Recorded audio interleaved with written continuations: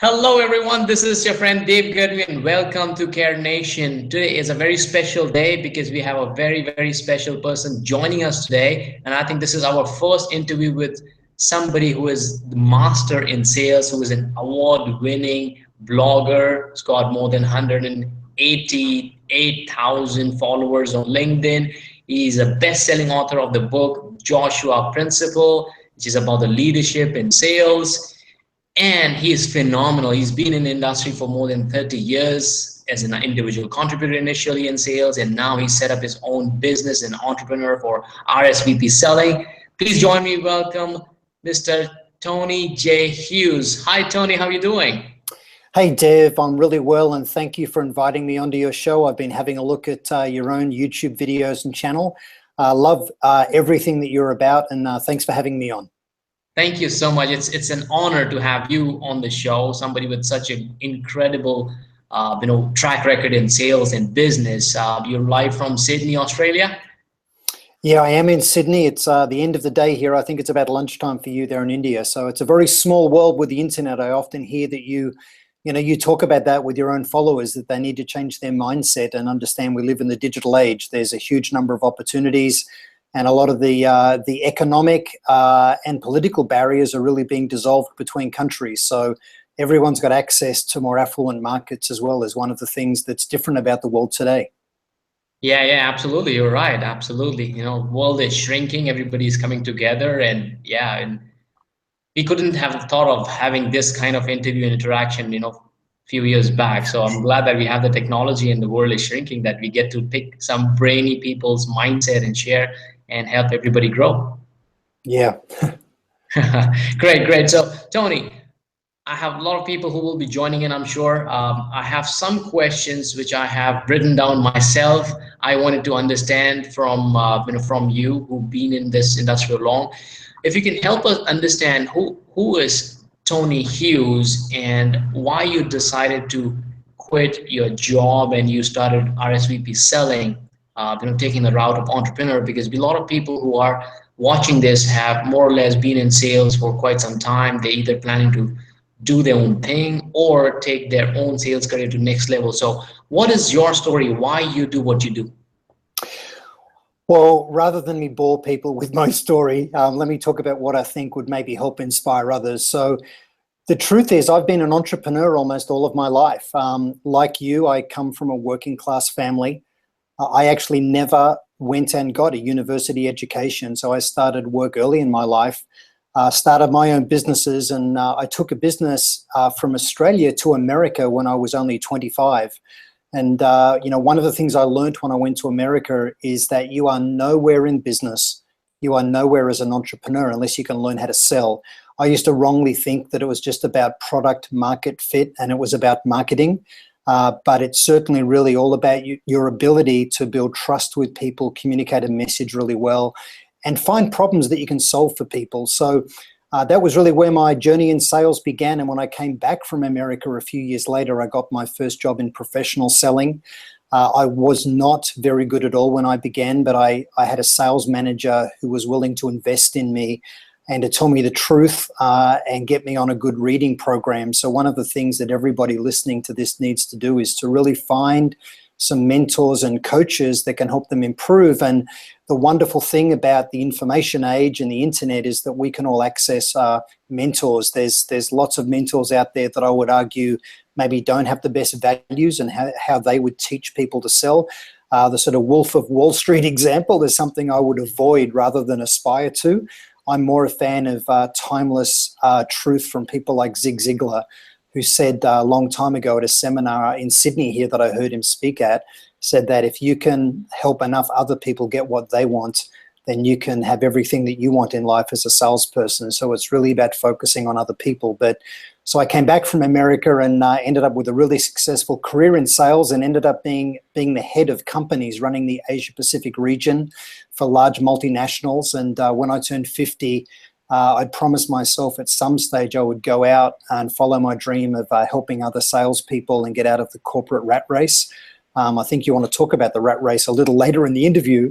But on the back of the book, I sort of took a courage pill, put my money where my mouth is, and went out on my own. And I read a really good book. For any entrepreneur out there, I'd encourage them to read this same book. It's called The New Rules of Marketing and PR by David Meerman Scott.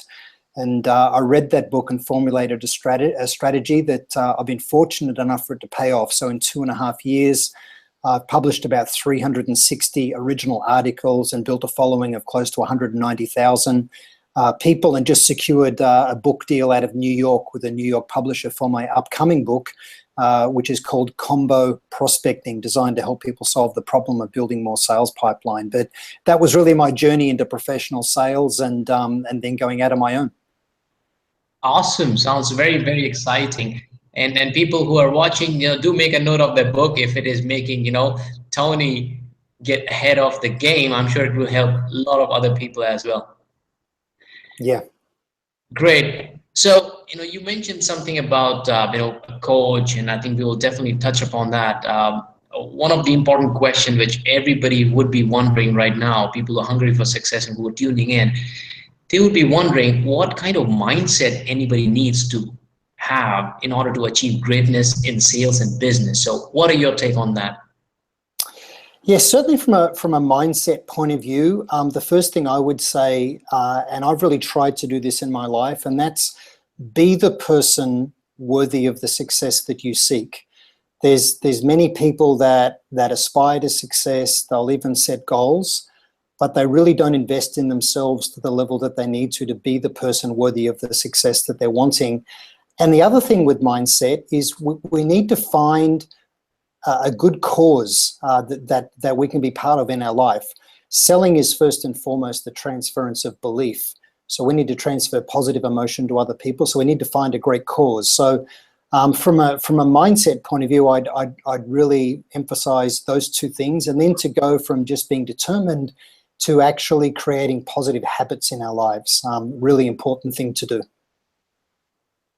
Absolutely. I think daily habits, wonderful, wonderful. I remember Jack Ma's video, he's saying that, what you do in a daytime, like 9 to 5 work or whatever, it's good. But what you do out of that 1 hour, how you spend working on new skill, building your skill every single day, I think that is what will define your future. And I think that completely ties with what you're saying as to having a healthy habits is something really, really important. By the way, you don't look 50 plus though. Thank you.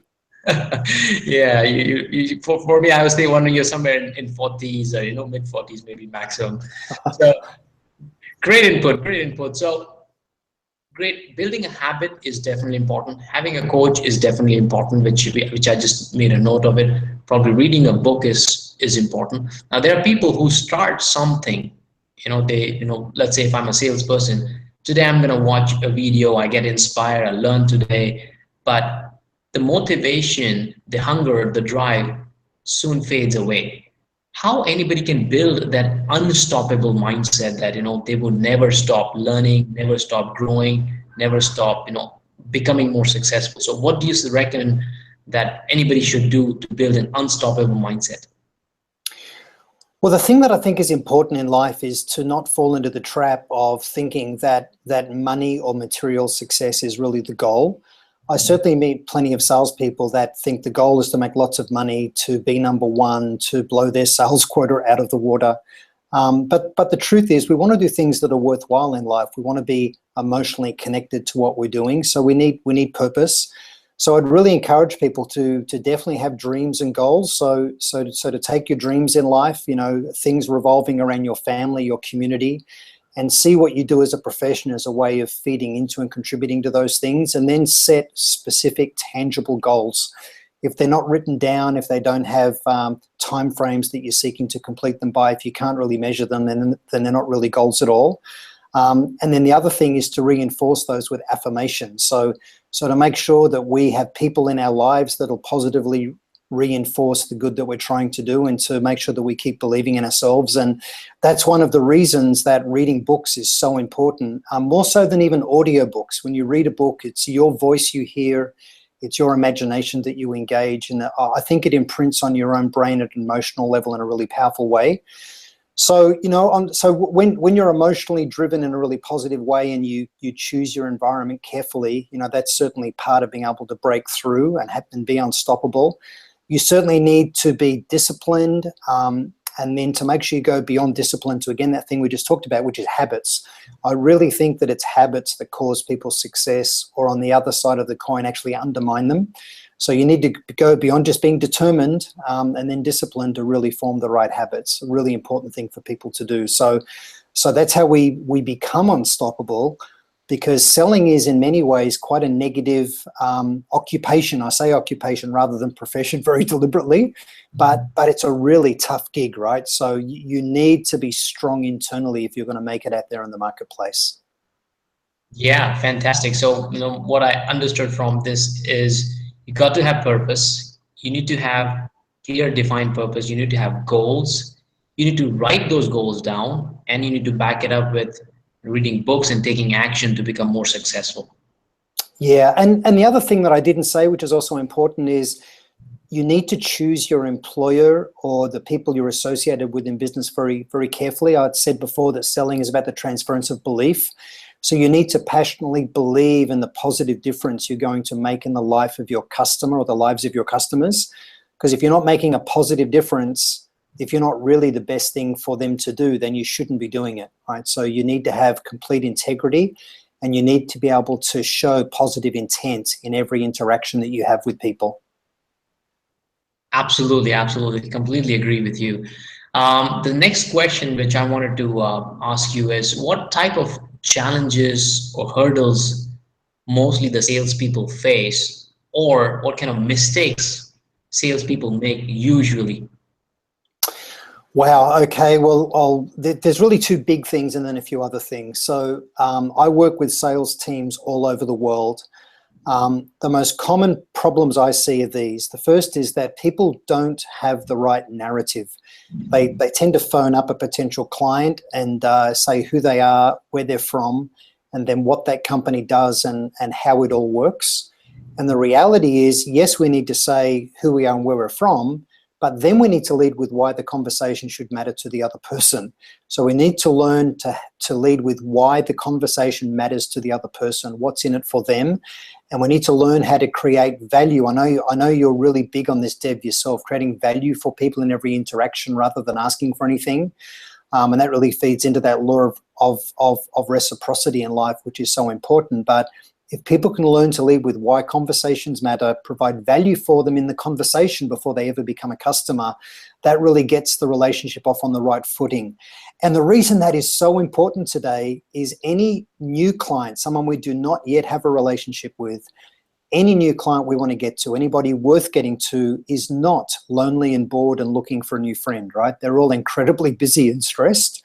So we need to provide value for them before they'll want to build a relationship with us. Really, really important thing to do. And certainly nobody out there that could buy from us is lying awake at night hoping that some salesperson is going to phone them the next day to tell them about their company, right? So how can we lead with value and insight in the conversation before we seek to build a relationship? Really important thing to do. And then the second big mistake that I actually see that people make is that they don't have the right levels and combinations of activity that will enable them to break through. So people have become way too passive. The digital age and the era of social media, what I'm seeing is a lot of people are getting busy on their keyboard and they're neglecting the phone. And the truth is there's technology and tools out there that can help us find the mobile phone or the cell phone number of people.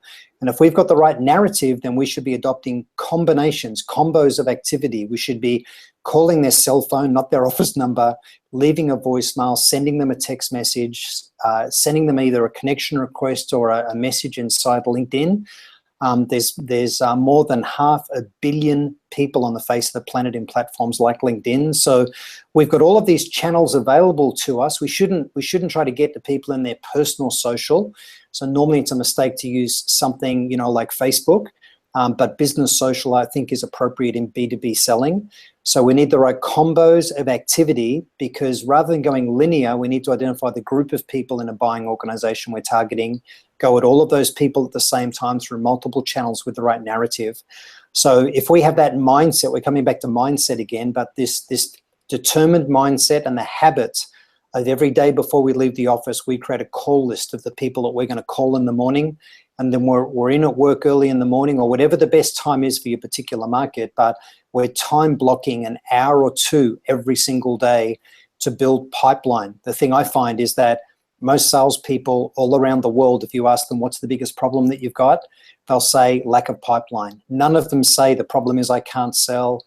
None of them say the problem is I can't build rapport. None of them will say I don't know how to manage a complex sale. They'll just all say I don't have enough pipeline. Now, the truth is lack of pipeline is not the problem. It's a symptom of the lack of the right activities, disciplined activities, the habits of creating call lists and phoning people in a time-blocked way every single day, regardless of what they've got going on in qualified sales opportunities.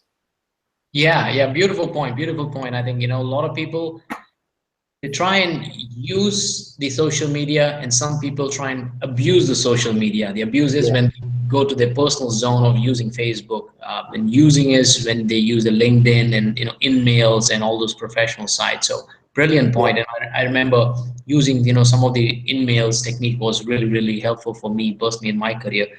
And you mentioned something really, really beautiful, which I am completely in line with. You said that don't be a salesperson, just think on how you can add more value to them. So, I remember when I was teaching my sales team about the cold calling, first thing I'll tell them that, hey, look, don't talk about how great and wonderful you and your company is.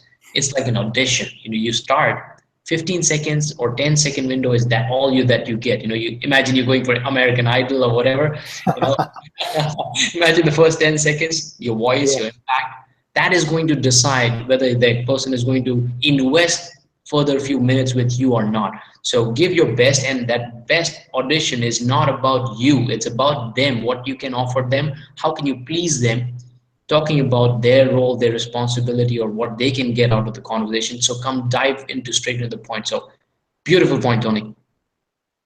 Yeah, Devin, and I agree with you. And the thing is that today, there's almost no reason to ever truly cold call. Our ability to do a little bit of pragmatic research online so we can show that we respect their time. We've done some research. The call is all about them is really easy to do. People should not get bogged down with research. I see salespeople all the time trying to go too deep when the person hasn't even yet shown any interest. So we need to basically research our potential client's industry, their company, and then them as an individual. And the tools are out there to enable you to do that within 90 seconds, and then jump on the phone or do that research the day before, create your call list, and then hammer away at that call list in a time block way at the beginning of the next day. Yeah, beautiful. And one of the challenges I faced personally is when I started my career 15 years back, and I was new to sales. I was of course making blunders in terms of talking how wonderful, great I am, but more than that, I did not realize that I was not practicing and rehearsing what I'm going to say, how I'm going to say, my scripts, my pitches, what's important to them. And I did average for a long time. From the time I decided, hey, look, I need to get good at sales. So the way you're big fan of Zig Ziglar, I love Zig Ziglar as well. I've been following Grant Cardone, Victor Antonio, in your articles, most importantly. It's really given me good insight, and whenever I want to find some information or insights, everything is available there on the web. You don't even have to spend money, it's just the time and effort that required. So if somebody is still in comfort zone, be it in sales or business, or maybe they're in their jobs, what is your suggestion? How can they become successful, either becoming good at what they're doing or great at what they're doing in sales, or if they want to set up their own business, how can they come out of rat race? So basically two questions. Yeah, well, I mean, the first thing about the rat race is no matter which city you live in, I mean, anyone living in a city is part of a rat race, I guess, because all cities are congested. But the first thing is, if you want to escape the rat race, just stop living like a rat. So be a person of value. So be a person that's all about customers and providing value for them and serving them, helping them achieve a far better state of affairs in their business and their personal life. So value is one thing, but the other thing is the personal values by which you operate as a person. So, you know, I see a lot of people in sales get intensely competitive and get really frustrated with how difficult it can be to break through to potential clients. And often that can manifest in a level of frustration where poor values come through. So, you know, we need to understand that, I guess, at the end of the day, it is about interrupting someone's day and trying to gain their attention, and the people we're trying to sell to have got their own stresses and pressures. So, you know, we really need empathy for those. So there are strategies where we can attract and engage a market by using platforms such as LinkedIn and publishing content. I know, Dev, that you do that yourself incredibly well. So that's really the first part of that. And then as far as finding the right employer or the right opportunity, it's incredibly important to think about the intrinsic value of the product, service, or solution that's being offered to a market. So I guess to put that another way is to think about product market fit. You can be the best salesperson in the world, but if you're trying to sell ice to Eskimos, you know, it's pretty difficult. They've already got a plentiful supply. So I see great salespeople working for companies that they really should just, you know, get off the dead horse and go and find something that has more intrinsic value. So there's the intrinsic value in what you're offering the marketplace, and then there's the value you bring in the way that you operate as a person. So success for any person is half the environment within which they're operating, and the other half is how they function as a person themselves. So make sure that the employer is offering that right level of value, that they've got a viable product or service or solution, that they give you a viable patch. In other words, your territory will yield the results if you go ahead and work hard, and that the people you're working with share your values and operate with integrity as well. So, you know, people and patch are really an important thing, as well as product market fit. And then if you're going out on your own in business, and I guess also in the corporate world, you need to think about this really important truth.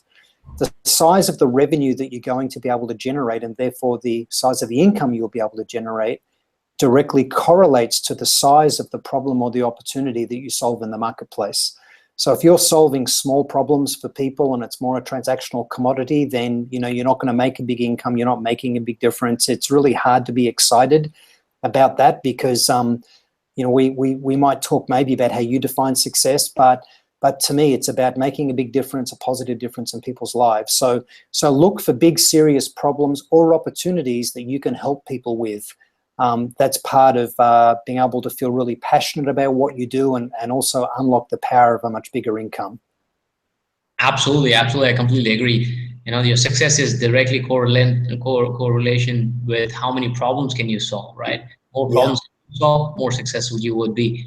Like our Care Nation's goal is to help inspire 10 million people. So if we can help inspire them, help them become successful, I'm sure we will be successful automatically. So yeah, and Dev, that's a great goal, and I'm sure that gets you out of bed every morning, right? You wake up in the morning, think, I'm on my way to making a bigger and bigger difference in your world. Yeah, absolutely. That's the biggest driver, you know, of you know, why am I doing what I'm doing? So, you know, why we collaborating and, you know, picking good you know, mindsets like yours is just to help inspire people, and I'm happy that we're doing this. This could be tricky. Maybe you have to go through your memory lane, but what is the difficult?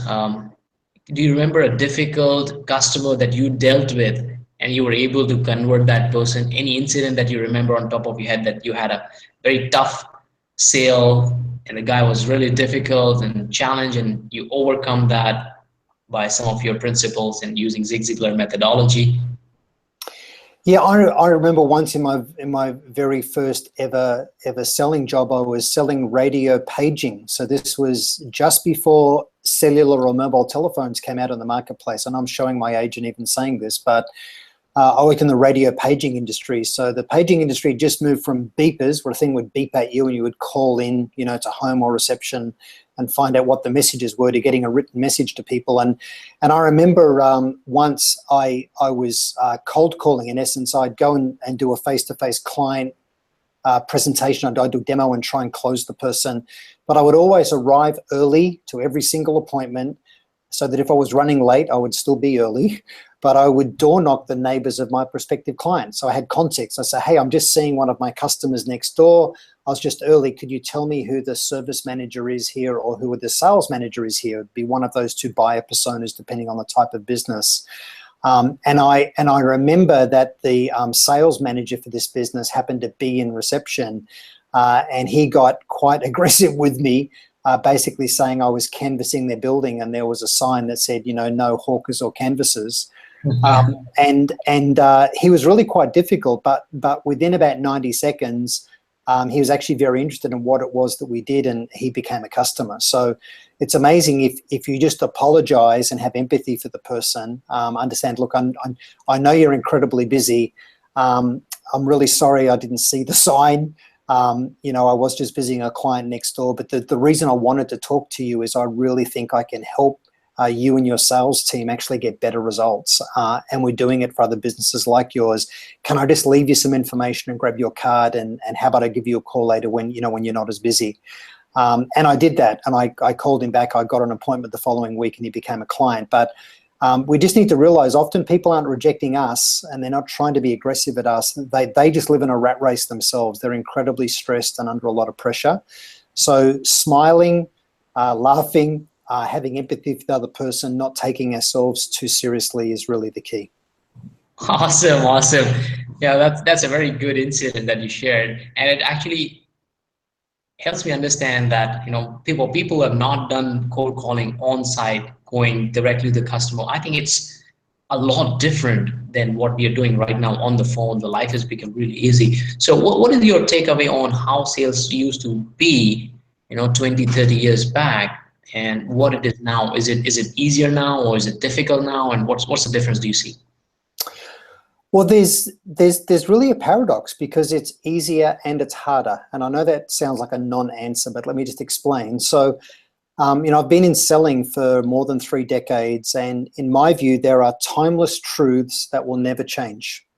So I think communicating intent, having empathy for other people, having high IQ in how we interact, the law of value, providing insight, the law of reciprocity, and all of these things are timeless truths that really work in the favor of anybody in professional selling. But what has changed, I guess, is the medium or mediums by which we're seeking to communicate with people. And we live increasingly in a world of digital distraction. So for our buyers out there, you know, there's a million channels they're blasting at them, but in their minds, nothing of value is really on. So they're just incredibly distracted. So although it's very easy, so it's easier today to do research on a buying organization, to identify the people, to look at their LinkedIn profiles, to do some research, to even source their direct cell phone or mobile phone number, and to find multiple channels of outreach. That's easier.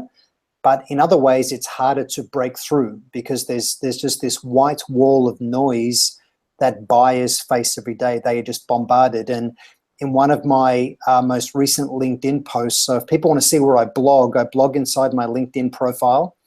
And one of my most recent articles are direct quotes and coaching from CEO or CXO buyers. It's their advice to salespeople. And they just talk about how they're deadened to all of the different outreach that salespeople are driving at them. It's just not working. So again, having that right value narrative and finding a way to break through is really important. And that in many ways is a little more difficult today. And in other ways, it's easier to research and get people's details, but we've got to get much better at having the right narrative and then more creative in how we find a way to engage. Fantastic, fantastic. I cannot wait to read the article on the CXOs, what they have to say about sales. Yes. It's very sobering. Excellent. Yeah. I've not heard about that kind of article ever, and I think you've done phenomenal. I read one of your article that how you started writing LinkedIn articles long back, when a lot of people were telling you that, hey, no, LinkedIn, nobody's going to read, you cannot make it big, but you persevered and you consistently, did some amazing articles, and for which you even won the award. So what made you feel that LinkedIn is the place to go where you do your blogging when nobody else was doing? I think, how long has it been? Like 4 years, 5 years? It's only been 2.5 years, so I did something pretty crazy. If people read that book by David Meerman Scott, The New Rules of Marketing and PR, that book advises not to do what I've done, and David gives the advice on very solid ground.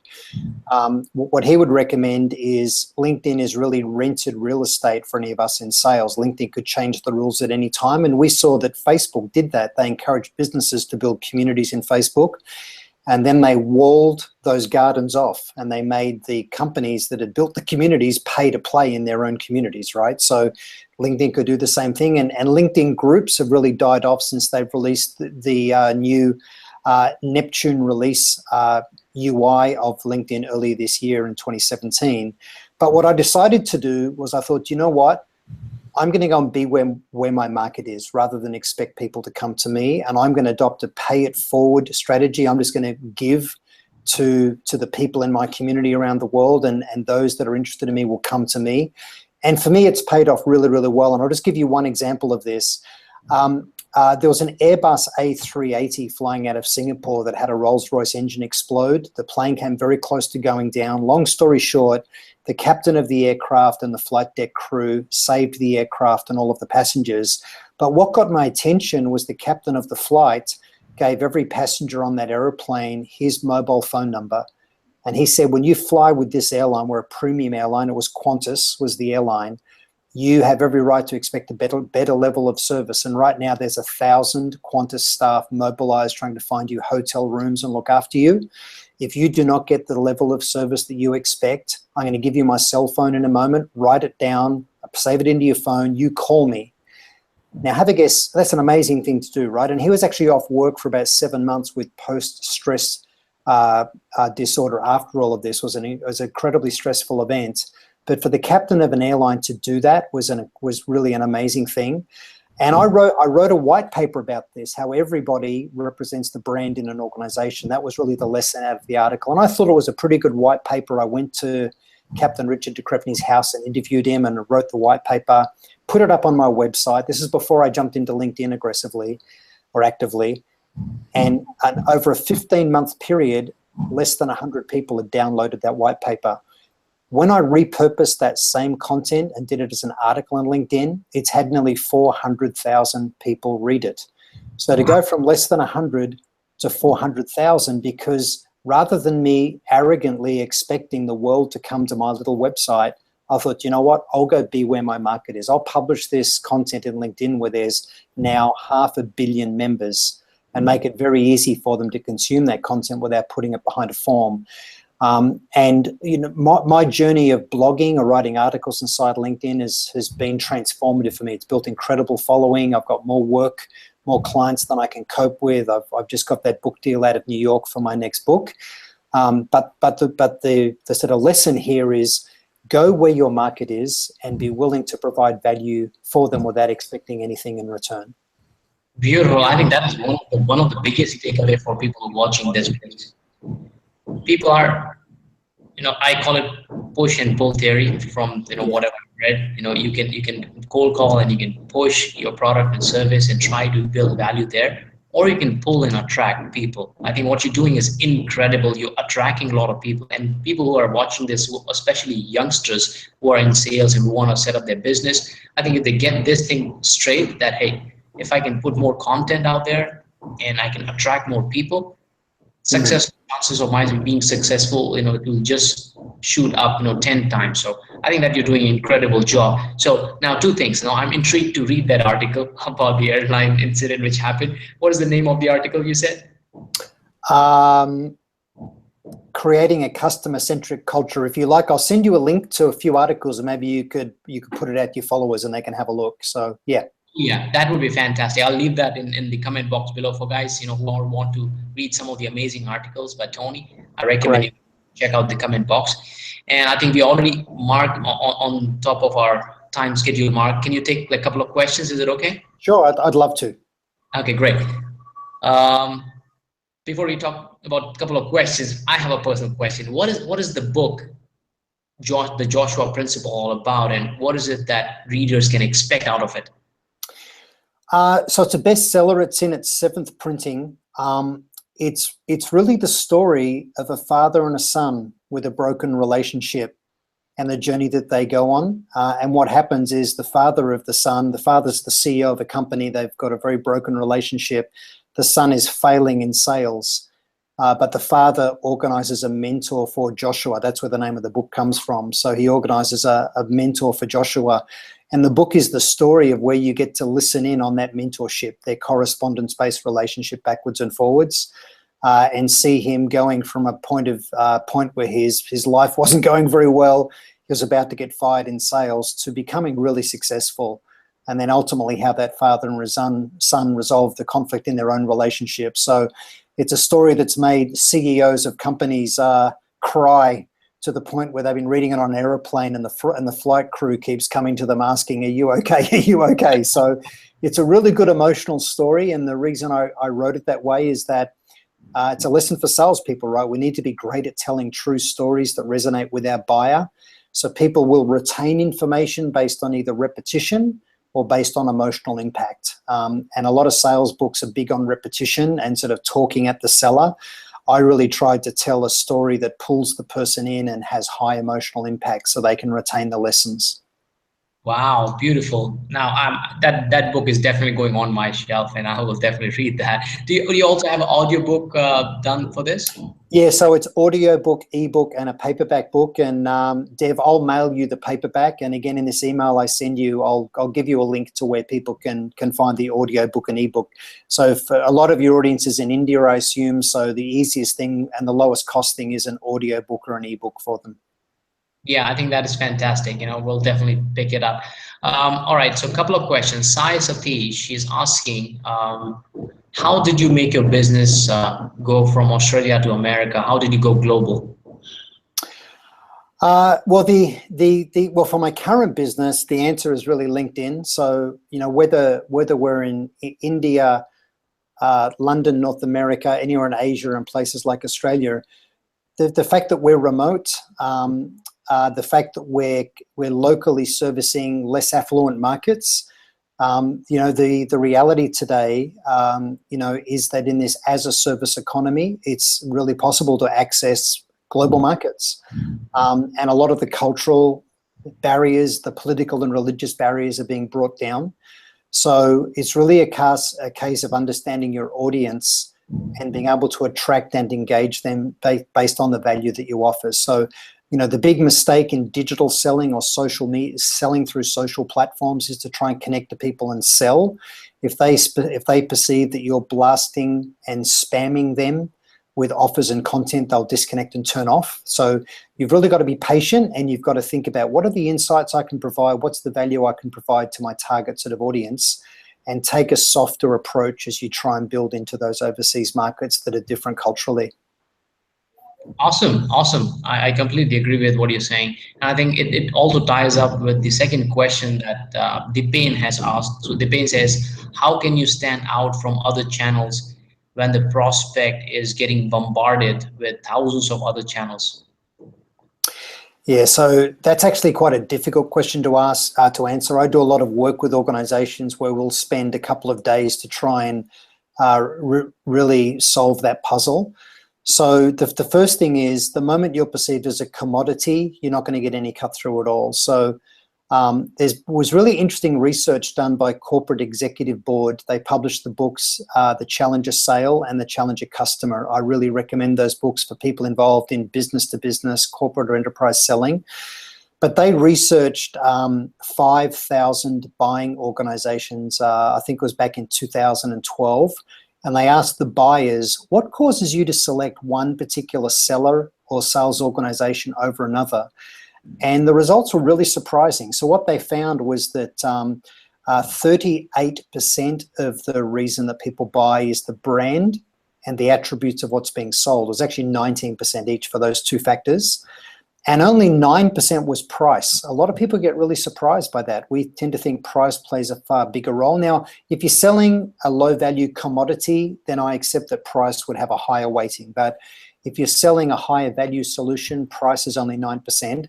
And 53% of the decision weighting was all with how the selling organization engaged with them. And when Corporate Executive Board dug deeper, what they found was the really successful sales organizations that win and sellers that win, they really help the buyer reframe their own world and the problems and opportunities that they're facing. So they educate them about issues and opportunities that they face. They help them navigate landmines and risk and the issues of change management in changing state. Because at the end of the day, if we're in sales, we're all about helping our buyer and their organization change state to achieve a far better state of affairs. And we've got to help anchor the pain of staying in the current state versus the risk and effort involved in achieving future state.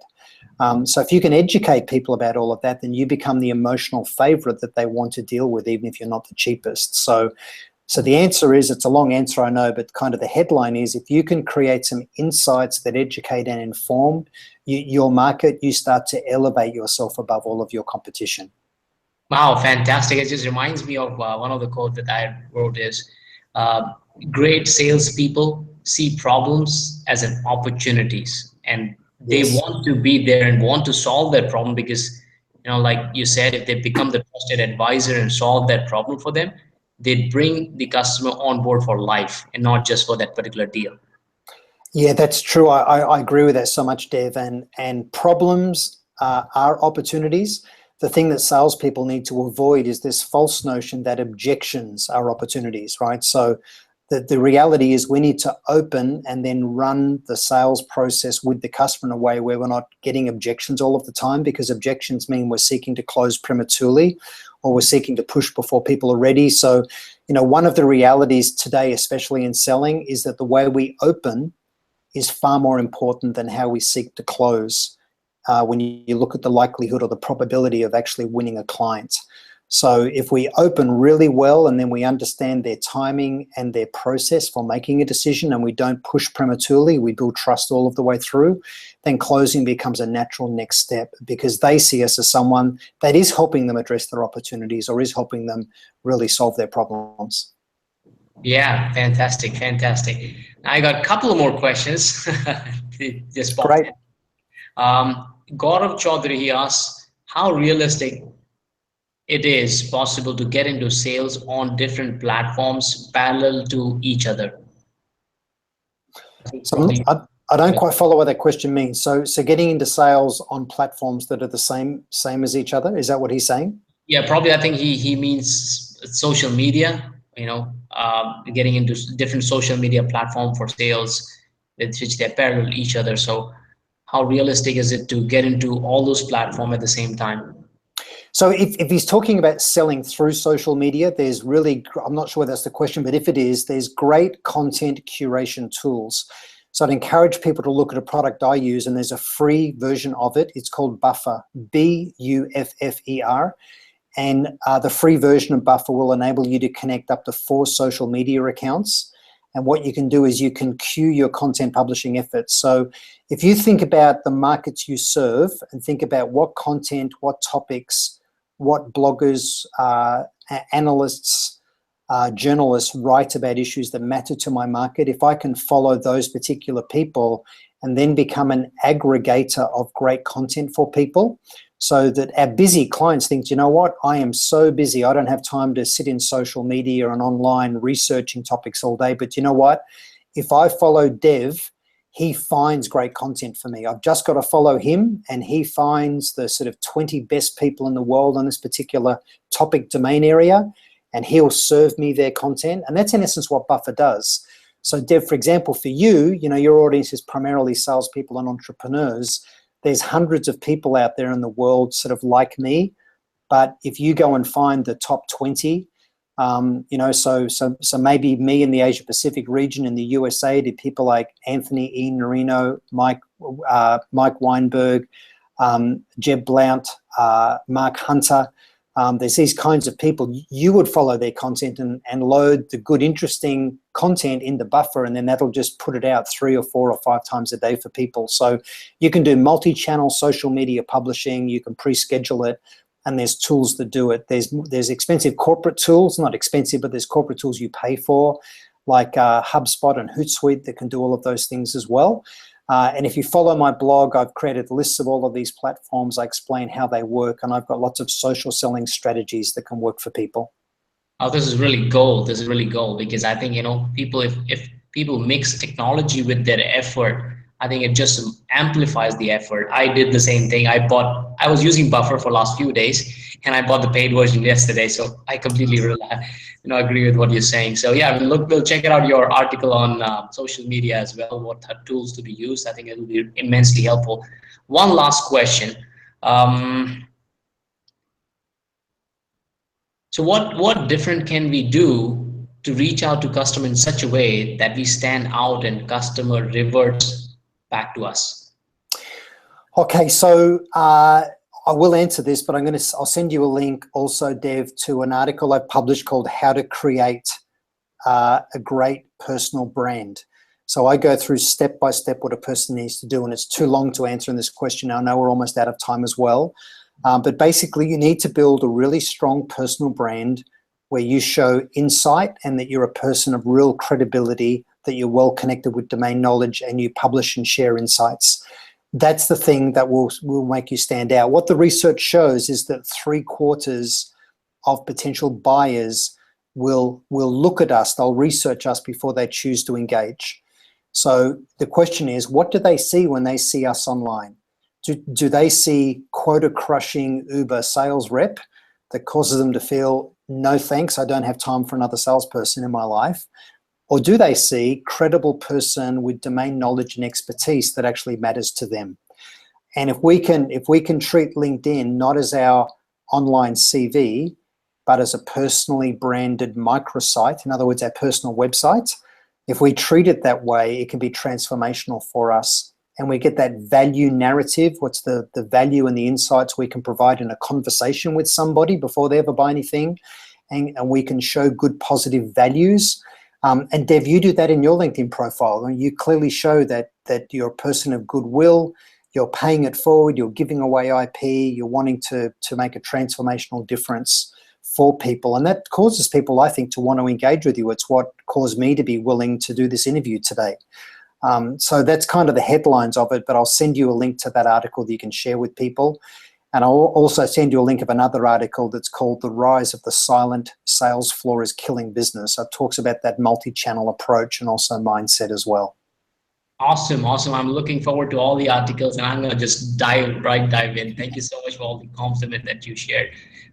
So this question was from Ankush Dupe. So you're right. Yeah, just the fact that I'm giving more value, the people are trying to associate with me, even they know, that half of the people that I'm engaged with in my WhatsApp, I don't even know them personally, so I just keep sharing the voice notes and whatever I'm learning from people like you and other big players. So fantastic, Tony. It was really exciting interview, and one of the best so far that we have had on the platform. I look forward to reading the articles. I will look forward to the link. I'll leave it in the comment box for people who are following. And I'm gonna definitely pick up the book, The Joshua Principle, and I hope I don't cry. I'm not that emotional type. Great. Thank you so much, Tony. Really appreciate it. Means a lot. We will keep sharing, the love, and keep sharing your, inspirational messages on sales, business, entrepreneurs, leadership. So thank you for whatever you're doing and you're giving back to the community and world. Really appreciate your time today. Thanks, Dave. I really love being on your show, and hopefully we'll talk again. Thank you. Take care. Have a nice day. Bye-bye.